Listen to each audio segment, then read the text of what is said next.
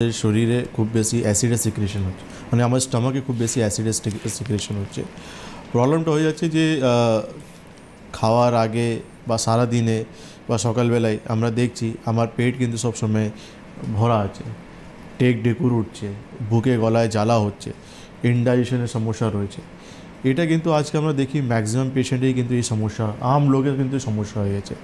এই জন্য সকালবেলা উঠেই যেমন ম্যাক্সিমাম পেশেন্টদেরকে প্রেশার ওষুধ খেতে হয়, তেমনই কিন্তু এখন হয়ে গেছে যে ম্যাক্সিমাম লোককেই কিন্তু সকালে উঠে আগে একটা গ্যাসের ওষুধ খেতে হয়, তারপর গিয়ে সে কিন্তু সারাদিনে যে খাওয়া দাওয়া যা কিছু সে করতে পারে। তো আজকে হাইপার অ্যাসিডিটি এই জন্য আমি আজকে ইয়ে করেছি, কেন কি আয়ুর্বেদে কিন্তু পেটটা কিন্তু খুব ইম্পর্ট্যান্ট। পেটটা ভালো থাকা মানে হচ্ছে আমার শরীর কিন্তু ভালো। আমার পেট ভালো নেই তাহলে আমার শরীরে কিন্তু নানা রকম রোগ চলে আসবে। হাইপার অ্যাসিডিটিকে আমরা আয়ুর্বেদে আম্লপিত্তের সঙ্গে কোরিলেট করি। আম্লপিত্ত মানে আমার শরীরে পিত্ত খুব বেশি মানে ডিসব্যালেন্স হচ্ছে, পিত্ত আমার বেশি স্টমাকে সিক্রেশন হচ্ছে, সেখান থেকে কিন্তু আম্লপিত্ত আমার সমস্যাটা হচ্ছে। মানে আপনার বারবারই এটা বলা হয় যে আয়ুর্বেদেতে পেটকে অর্থাৎ স্টমাককেই সব থেকে গুরুত্ব দেওয়া হয়, এবং যে কোনো রোগের প্রথম উৎপত্তি স্থল হচ্ছে স্টমাক।